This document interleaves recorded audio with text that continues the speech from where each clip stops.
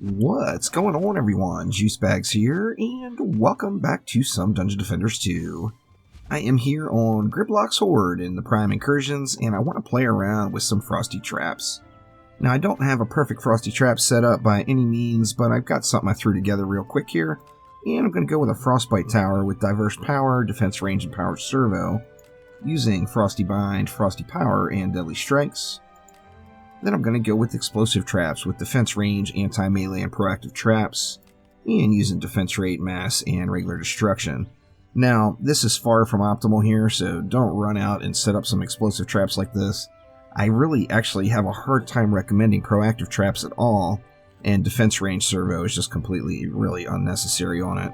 I think to truly optimize it, you'd have to go with 3 anti-mods would give you the most raw power. Now, proactive traps, in theory, looks really good, and like on the dummy in Tavern, it does fantastic. The problems with it are, to get up to 100 stacks takes a long time. In addition to that, every time you upgrade it, the stacks reset. So you could be at like 50 stacks, and then upgrade it, it goes back to 1. So it has to go through those stacks over again to get up to 100. Now, if you can get it up to 100, it stays at 100. However, there's huge upgrade value into any 20 DU defense. Explosive traps are no different, so it's one that you want to upgrade, and that of course is going to make it tougher to get that explosive traps all stacked up. Now, we do have some flyers here, so I'm not going to mess around. I'm just going to throw a couple sky guards down here and just let them go ham. And then of course I mentioned wanted to use the old Frosty trap setup. Yeah, we're going to do it a little differently. I'm going to... Destructive Pylon, of course, wasn't a thing back in the day. And boost auras were actually used back in the day in a different form. Now, on my boost aura, I'm going with Destruction, Boosted Grasp, and Deadly Strikes with power, diverse, and defense range. And I just grabbed a random relic. I've got range on it. And going with Destructive Pylon, regular defense rate, regular Deadly Strikes. So that just gives that sand trap just a absolutely silly range on it. But let's go ahead and get started off with traps. We'll put traps in front. See, we want to make sure it's well within the Frosty range, that way we get the benefit of using Frosty. I'm just going to throw 2 traps right behind it, and then a sand trap as close to it as I can get, and then just wrap it all up with a boost star there. And we're going to rinse and repeat here on these other lanes. Looks like right about here is probably good. And then we'll go with the sand and the boost star, and it looks like we're going to have a ton of DU left. So we might actually be able to go with an additional explosive trap in front of each of these. Let's see, let's go right there. Let's get all the basics in first. Yeah, 490, we've got tons of DU, so let's just go ahead and go 1 more explosive right in front. That one's questionable on the boost star range, but that's alright. And it's still going to leave some. Wow. I think I'll just eat that last 50 and use this 650 to get some upgrades in. So I do want to double up both of those. That leaves me 350. Why don't we just go ahead and hit the front explosive trap on each lane with 1 upgrade. Actually, I could have done 2. Let's do 2. Let's go ham. We'll get 2 ups into that one. Now that, of course, brings the upgrade value of it just way up. Starting off at 4 mil tooltip DPS and going up to 12 mil. Just there at tier 3. So we should definitely be able to get that one fattened up quite nicely. Doesn't leave me enough to do the last one, but that's alright.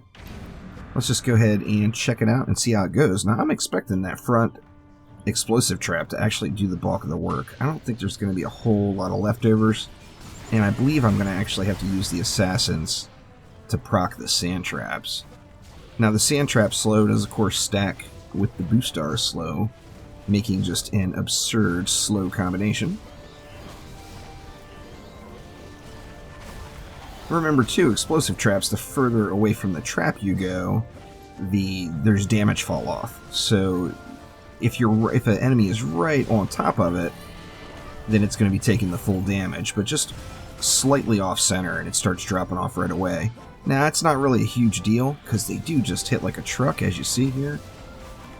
And they're just that front one is just demolishing. Just one explosive trap there. I'm going to use the assassin again to set off the sand.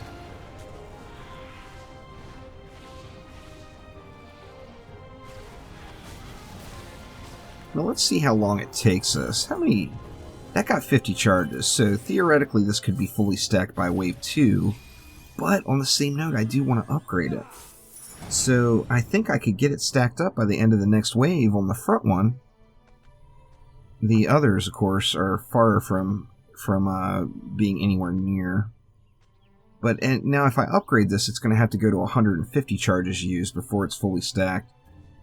But I think I'm going to anyway, because I want to see just the power of it when it's fully juiced up. Okay, so now we need to get to 150 charges used before it's fully stacked.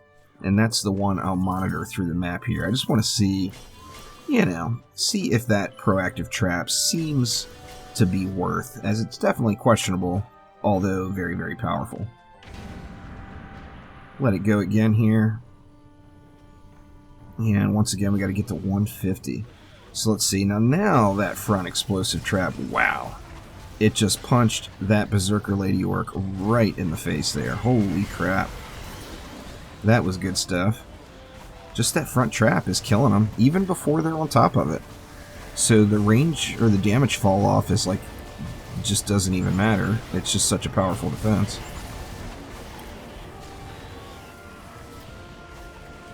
And then, of course, it's just a roadblock with that sand trap and the Boostar stack. The second anything hits that outer Boostar ring, it's just an absolute standstill. Man, that is just beast. Wow. Kind of makes me want to set up a nice explosive trap and see what it can do. It's definitely a powerhouse, that is for sure. The Frostbite is actually not even really engaging long enough to give that Frosty power buff. It's just like sitting there. I should move them up. I think I'll do that. I'll move all those Frostbites up just so we can get some real power on those explosives.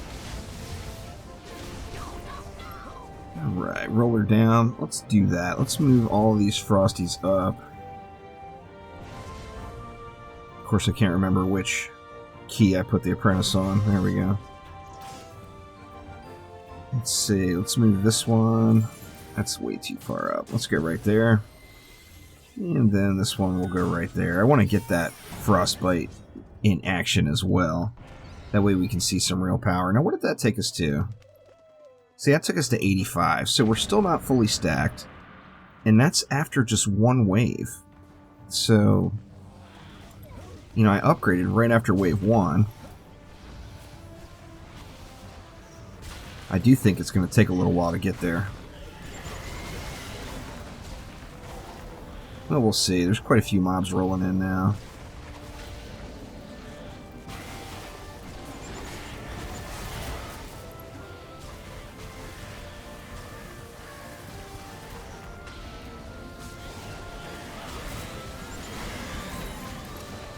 Now, obviously, the difficulty is not absurd. At this point, this is probably the easiest of all of the incursions, of all of the Prime incursions.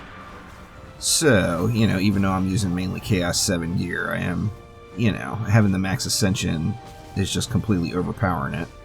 So, with that in the mix as well, but still, those traps are just doing good. Quibs just didn't stand a chance. Let's check out this Slakelion. I'm actually hoping the Slakelion walks right out all the way in. How far is it going to get? Let's see. Oh, damn. It didn't get anywhere near. It's not even on the top of the front one yet. So let's go ahead and jump on forward to wave number 5, and we'll see exactly how this bad boy ends up. And here we are back in wave 5, and we are finally over. Now, it took about half of wave 4 to get us there. Slakelion actually helped out quite a bit, because it popped off like 5 or 6 times while he was still invulnerable. But we're at 174 charges used now, so we are fully stacked. So we shouldn't get any more stacks of the proactive traps, and it took 2.5 waves. Now, although right now it's just really, really strong because it's all jacked up, it did take 2.5 waves to get here. So, I mean, it's debatable. Now, it is good to go now on wave 5, which theoretically should be the toughest wave that we get. But the truth of the matter is just nothing beats multiplicative math, and that's what you get when you stack various anti-mods. So even though this is doing so well, I would still say I think you're going to be better off stacking up your anti-mods instead of going with proactive traps. So let's go ahead and get through wave 5 and see just the power of this. Now you'll see what I meant with Slakelion. It's going to pop off a bunch of times before he's able to take damage, but the second he is able to take damage, oh man, it's all over for him. 2 shots. So that was pretty beast. Just 2 shots of that explosive trap and Slakelion was gone. So that was very nice. How are we doing the rest of the way? Everything's looking pretty good. The Frostbite's getting action now, which that takes, let's see what that looks like, 25.3. 29.7 million. Wow. So that's taking it up to 29.7 million when the Frostbite mob is in range of the explosive trap. So that's just crazy good. Just tons and tons of damage. And that's a C7 relic, remember. Now obviously I've got max ascension, but it is a C7 relic. Wow, look at all the Lady Orcs marching on in. Holy smokes. And they're just getting one by one, just getting the Wapow. Now we've got a 67 million health Plaguing Hawk. I bet this is going to be 3 shots. Let's see. Maybe 2. I bet it'll be 3. Oh, no, that was 2 it looks like. Wow. How about this one? That was 3 shots on this one. I guess it depends on the crits there. But anyway, there is some Frosty Trap fun on Griblock's Horde in DD2. So thank you all so much for watching. Make sure to click that like button and please subscribe. Now remember that TwitchCon is going right now and Chromatic is at TwitchCon, so we might end up seeing some information floating around out there. However, regardless of that, there's supposed to be a Kickstarter update coming either later tonight or tomorrow at some point, so I'll be looking forward to getting some more Dungeon Defenders Awakened news as well. So thank you once again, and I will see ya next time around. Take it easy.